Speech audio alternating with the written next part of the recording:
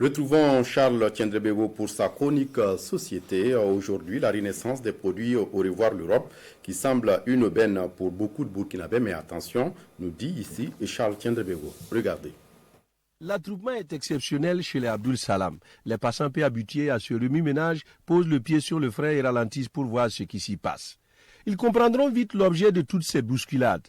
Le Benjamin de la famille qui a longtemps disparu du quartier et que les rumeurs annoncent du côté de l'Europe se fait enfin sentir après plus de 6 mois de silence. Pour une première opération, c'est un conteneur de France au revoir qu'il a envoyé à son père pour en revendre le contenu et rembourser les dettes contractées pour son expédition à Bengue. Et déjà, ça s'annonce plutôt bien. Les objets auront une seconde vie, et même ceux qui sont en fin de cycle, puisqu'ils ont traversé la mer pour atterrir dans nos contrées, subitement retrouvent leur lustre d'antan. Au fur et à mesure que les objets sortent du conteneur, c'est la bagarre parmi les rangs du comité d'accueil. Des mains saisissent ces objets comme d'une fauve qui bondit sur sa proie. Parfois, pour une simple chaise qui a frappé dans l'œil de plus d'un client, ce sont de longues querelles jusqu'à ce qu'une autre, plus attirante, décide un des protagonistes à lâcher prise.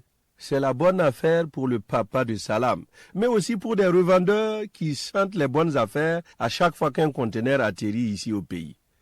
Ils viennent apparemment sans objectif précis. Ils ramassent tout ce qui tombe dans leurs mains, et parfois même sans savoir ce qu'il en est réellement.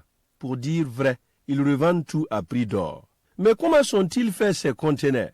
Même des skis et matériel de ski y trouvent place. Des vieux matelas parfois jetés parce qu'infestés de poux et de puces se verront hâtivement emballés dans un sachet flambant neuf et hop, du même coup, leur prix de revente doublé. Et ce n'est pas tout. Des huiles et spaghettis au revoir l'Europe solidement empilés dans des fûts qui tombent comme la manne au désert. Et que dire des vêtements seconde main?